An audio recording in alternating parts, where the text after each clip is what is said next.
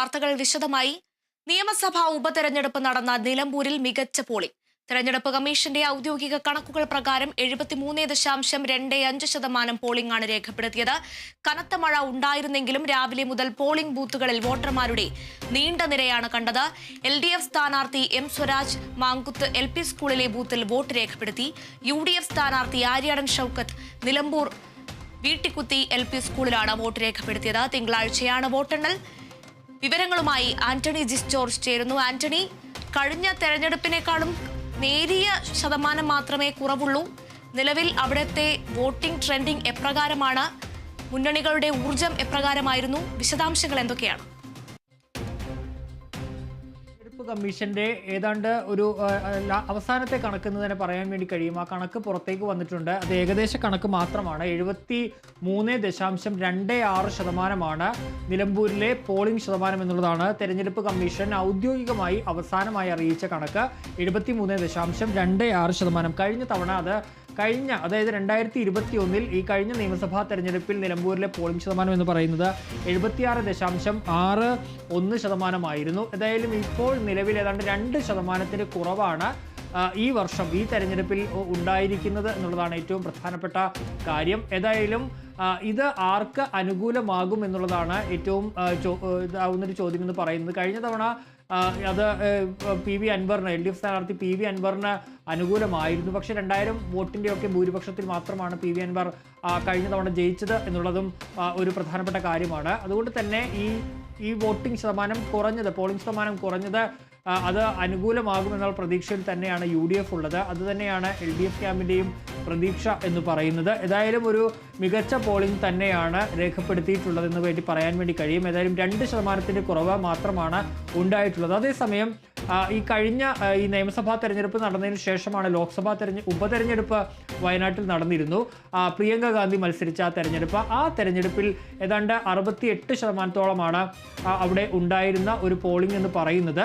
ഏതായാലും അതിനേക്കാൾ കൂടുതൽ പോളിംഗ് നിലമ്പൂർ മണ്ഡലത്തിൽ ഉണ്ടായിട്ടുണ്ട് എന്നുള്ളതാണ് ഏറ്റവും മറ്റൊരു പ്രധാനപ്പെട്ട ഒരു കാര്യം എന്ന് പറയുന്നത്. അതായത് 68% നിന്ന് 73% എന്ന നിലയിലേക്ക് നിലമ്പൂരിലെ പോളിംഗ് ശതമാനം ഉയർന്നു. അതായത് കഴിഞ്ഞ ലോക്സഭാ തെരഞ്ഞെടുപ്പിനെ അപേക്ഷിച്ചാണ് പോളിംഗ് ശതമാനത്തിൽ വർധനവ് ഉണ്ടായിട്ടുള്ളത്. ഏതായാലും വലിയ പ്രതീക്ഷയിൽ തന്നെയാണ് സ്ഥാനാർത്ഥികളെല്ലാം ഉള്ളത്. വലിയ പ്രചരണ, വിവാദ, ആരോപണ പ്രത്യാരോപണങ്ങളുടെ ഒക്കെ ഒരു കാലത്തിന് ശേഷമാണ് ഈ വോട്ടെടുപ്പ് നടന്നത് എന്നുള്ളതാണ് ഏറ്റവും പ്രധാനപ്പെട്ട കാര്യം. ഏതായാലും ഇത് ആർക്ക് ഗുണം ചെയ്യുമെന്നുള്ളൊരു ആകാംക്ഷ തന്നെയാണുള്ളത്. 23-നാണ് വോട്ടെണ്ണൽ.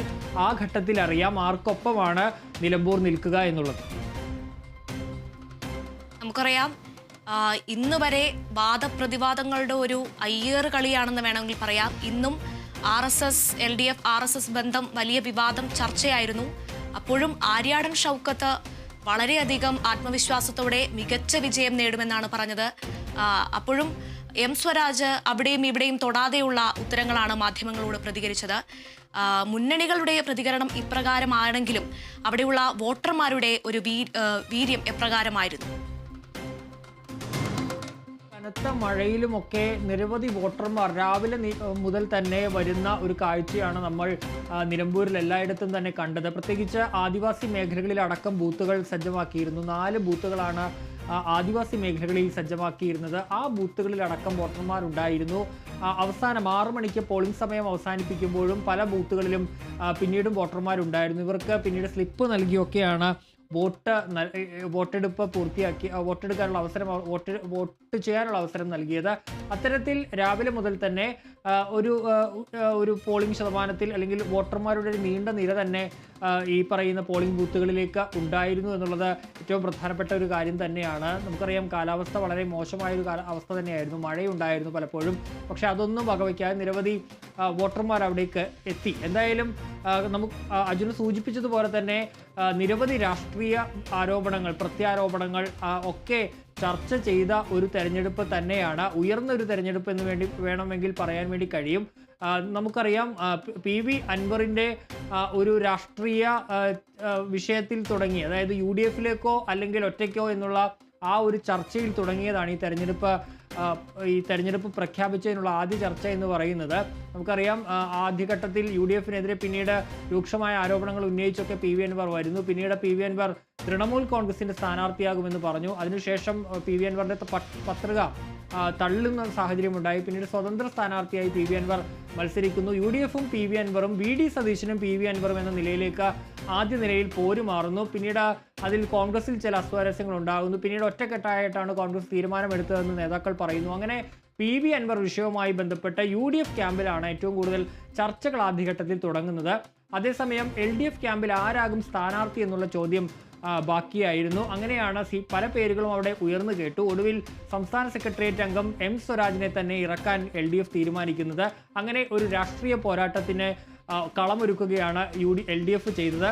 ഏതായാലും അങ്ങനെ വലിയ സ്വീകരണമൊക്കെ LDF സ്ഥാനാർത്ഥിയായി നിലമ്പൂരിലെത്തിയ M സ്വരാജിന് ലഭിക്കുന്നതൊക്കെ നമ്മൾ കണ്ടതാണ്. അങ്ങനെ ശക്തമായൊരു പോരാട്ടം തന്നെയാണ് ആദ്യഘട്ടത്തിൽ നടന്നത്. അതിനുശേഷമാണ് ആദ്യം UDF ഉയർത്തിയ ഒരു ആരോപണം എന്ന് പറയുന്നത്. ഒന്ന്, ഈ വനമേഖലയിലെ മലയോര മേഖലയിലെ വന്യജീവി ശല്യം, അതുപോലെ തന്നെ ഈ കർഷകരും വന്യജീവികളും തമ്മിലുള്ള നിരന്തര സംഘർഷം അടക്കമുള്ള വിഷയങ്ങളിൽ സർക്കാർ പരാജയമാണെന്ന് ചൂണ്ടിക്കാട്ടിയുള്ള ഒരു പ്രചരണം നടക്കുന്നതിനോടൊപ്പം തന്നെ ചില വർഗീയ വിഷയങ്ങൾ കൂടി അല്ലെങ്കിൽ അതിലേക്ക് വന്നു എന്നുള്ളതാണ്. ആദ്യം UDF ഉയർത്തിയത് ഈ മുഖ്യമന്ത്രിയുടെ മലപ്പുറവുമായി ബന്ധപ്പെട്ട ഒരു പരാമർശം, അതിൽ മുഖ്യമന്ത്രി ഉറച്ചു നിൽക്കുന്നുണ്ടോ എന്നുള്ള ചോദ്യമാണ് ആദ്യം UDF ക്യാമ്പ് ഉയർത്തിയത്. അങ്ങനെ അതിനിടയിലാണ് CPM-ന്റെ സംസ്ഥാന സെക്രട്ടറി MV ഗോവിന്ദൻ മാസ്റ്റർ ജമാഅത്ത് ഇസ്ലാമിയും UDF-ഉം തമ്മിൽ സഹകരിച്ച് മത്സരിക്കാനുള്ളൊരു തീരുമാനത്തിലേക്ക് എത്തിയിരിക്കുന്നു. അവർ ഒരുമിച്ചാണ് ഈ വർഗീയ കക്ഷിയായ ജമാഅത്ത് ഇസ്ലാമി എന്നവർ ഈ അത്തരത്തിൽ ഒരുമിച്ച് മത്സരിക്കാനുള്ള തീരുമാനത്തിലേക്ക് വന്നിരിക്കുന്നു എന്നുള്ള ആരോപണവുമായി രംഗത്തെത്തുന്നത്. പിന്നീട് ചർച്ചകൾ കൂടുതൽ ഈ UDF ജമാഅത്ത് ഇസ്ലാമി ബന്ധത്തിലേക്ക് പോകുന്ന കാഴ്ചയെ നമ്മൾ കണ്ടു. അതിനിടയിലാണ് അവിടെ ഒരു പന്നിക്കണിയിൽ നിന്ന്, വഴിക്കടവിൽ പന്നിക്കണിയിൽ നിന്ന് ഷോക്കേറ്റൊരു വിദ്യാർത്ഥി മരിക്കുന്നത്. അനന്തു, 10ാം ക്ലാസ് വിദ്യാർത്ഥിയായ അനന്തു മരിക്കുന്നത്. അതും UDF സർക്കാരിനെതിരെ ആയുധമാക്കി. പക്ഷേ സർക്കാർ ഇത് ഗൂഢാലോചനയുടെ ഭാഗമാണെന്ന് ഉള്ള ഒരു പ്രതിരോധം സർക്കാരിൻ്റെ ഭാഗത്തു നിന്ന് ഉണ്ടായി. പ്രത്യേകിച്ച് വനം മന്ത്രി AK ശശീന്ദ്രൻ്റെ ഭാഗത്തു നിന്നുണ്ടായി. അത് പ്രതിപക്ഷ ഈ LDF-നെതിരെ ആയുധമാക്കുന്ന സാഹചര്യം കണ്ടു. അങ്ങനെ ആ വിഷയവും സജീവമായി തന്നെ ആ ഘട്ടത്തിൽ ഉയർന്നു. വന്യജീവി പ്രശ്നമടക്കം സജീവമായി തന്നെ ഉയർന്നു. പിന്നീട് അവസാന ഘട്ടത്തിലാണ്, ഈ 2 ദിവസം മുമ്പാണ് ഒരു മാധ്യമത്തിന് നൽകിയ അഭിമുഖത്തിൽ ആവശ്യഘട്ടങ്ങളിൽ UDF-ഉമായുള്ള RSS-ഉമായി LDF സഹകരിച്ചിട്ടുണ്ട്, CPM സഹകരിച്ചിട്ടുണ്ട് എന്നുള്ളൊരു പ്രസ്താവന MV ഗോവിന്ദൻ മാസ്റ്റർ നടത്തുന്നത്. അത് വലിയ ചർച്ചയാക്കുന്ന ഒരു സാഹചര്യമാണ് UDF പിന്നീട് കണ്ടത്. നമുക്കറിയാം ഇന്ന് വരെയും ആ ചർച്ച തുടർന്ന് പോവുകയും ചെയ്തു. ഏതായാലും അതിനെ രാഷ്ട്രീയമായി തന്നെ കഴിഞ്ഞ ദിവസം CPM നേരിടുകയും ചെയ്തു. മുഖ്യമന്ത്രി പിണറായി വിജയൻ അടക്കം ഇന്നലെ വാർത്താ സമ്മേളനം നടത്തിയത് പ്രതിരോധിക്കുകയും ചെയ്തിരുന്നു. CPM-നല്ല, മറിച്ച് കോൺഗ്രസിനാണ് അത്തരത്തിലുള്ള ബന്ധങ്ങളുള്ളത് എന്നുള്ളതായിരുന്നു CPM-ന്റെ വാദം. ഏതായാലും അതെല്ലാം കഴിഞ്ഞ് ഇന്നിപ്പോൾ ഈ തെരഞ്ഞെടുപ്പിൻ്റെ ഘട്ടത്തിൽ ശശി തരൂർ ഒരു വെടിപൊട്ടിച്ച് രംഗത്തെത്തിയത് നമ്മൾ കണ്ടതാണ്. അതായത് തന്നെ ഈ നിലമ്പൂരിലെ തെരഞ്ഞെടുപ്പ് പ്രചാരണത്തിനായി ക്ഷണിച്ചിട്ടില്ല എന്നുള്ളതായിരുന്നു ശശി തരൂർ പ്രധാനമായും പറഞ്ഞത്. എന്നാൽ അത് തള്ളിക്കൊണ്ടുള്ള കോൺഗ്രസിൻ്റെ താരപ്രചാരകരുടെ ലിസ്റ്റ് പുറത്തേക്ക് വന്നു. അതിൽ 8ാം സ്ഥാനത്ത് ശശി തരൂരിൻ്റെ പേര് ഉണ്ട്. തെരഞ്ഞെടുപ്പ് കമ്മീഷന് നൽകിയ ആ ലിസ്റ്റാണ് പുറത്തു വന്നത്. അത്തരത്തിൽ ശശി തരൂരുമായി ബന്ധപ്പെട്ട ഒരു വിവാദവും ഈ അവസാന ഘട്ടത്തിൽ ഉണ്ടായി എന്നുള്ളതും ഏറ്റവും ശ്രദ്ധേയമായ ഒരു കാര്യം തന്നെയാണ്. ഏതായാലും ഈ വിഷയങ്ങളെല്ലാം എത്രത്തോളം ചർച്ചയായി, എത്രത്തോളം അത് ജനങ്ങളിലേക്ക് എത്തിയിട്ടുണ്ടെന്നുള്ളത് നമുക്ക് 23-ന് മാത്രമായിരിക്കും അറിയാൻ വേണ്ടി കഴിയുക. മറ്റൊന്നുള്ളത്, ഈ ആരോപണങ്ങൾക്കപ്പുറത്തേക്ക് ഈ ഒരു ശക്തമായ പ്രചാരണമാണ് നിലമ്പൂരിൽ നടന്നത് എന്ന് വേണമെങ്കിൽ തന്നെ പറയാം. കാരണം UDF-നെ സംബന്ധിച്ച് മുഴുവൻ യുവജന നേതാക്കളടക്കം അവിടെ ക്യാമ്പ് ചെയ്ത് പ്രവർത്തിച്ചു. KPCC പ്രസിഡന്റ് അടക്കമുള്ളവർ മണ്ഡലത്തിൽ സജീവമായി തന്നെ ഉണ്ടായിരുന്നു.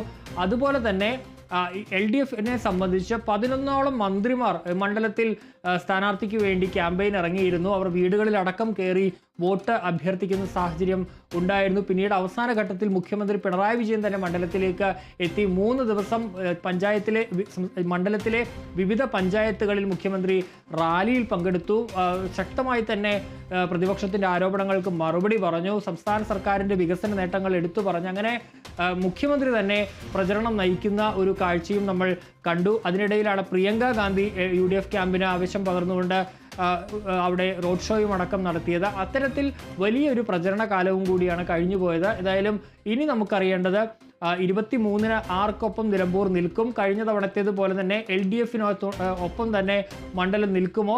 അടുത്ത ഘട്ടത്തിൽ ഈ UDF-ന്റെ കയ്യിൽ നിന്ന് കൈവിട്ടുപോയ മണ്ഡലം തിരികെ ആര്യാടൻ ഷൗക്കത്തിലേക്ക് വരുമോ എന്നുള്ളതാണ് അടുത്ത നമുക്ക് കാത്തിരുന്ന് കാണേണ്ട ഒരു കാര്യം. വാദപ്രതിവാദങ്ങൾക്കൊടുവിൽ നിയമസഭാ ഉപതെരഞ്ഞെടുപ്പ് നിലമ്പൂരിൽ നടന്നിരിക്കുകയാണ്. കടുത്ത മഴയത്തും വലിയ രീതിയിലുള്ള പോളിംഗ് ശതമാനമാണ് നിലവിൽ കണ്ടത്. തെരഞ്ഞെടുപ്പ് കമ്മീഷന്റെ ഔദ്യോഗിക കണക്കുകൾ പ്രകാരം 73.25% പോളിംഗ് ആണ് രേഖപ്പെടുത്തിയത്. LDF സ്ഥാനാർത്ഥി M സ്വരാജ് മാങ്കുത്ത് LP സ്കൂളിലെ ബൂത്തിൽ വോട്ട് രേഖപ്പെടുത്തി. UDF സ്ഥാനാർത്ഥി ആര്യാടൻ ഷൗക്കത്ത് നിലമ്പൂർ വീട്ടിക്കുത്ത് LP സ്കൂളിലാണ് വോട്ട് രേഖപ്പെടുത്തിയത്. ഇനി തിങ്കളാഴ്ച നിലമ്പൂരിലെ പുതിയ MLA കണ്ടെത്താം. ആന്റണിയാണ് വിവരങ്ങൾ നൽകിയത്.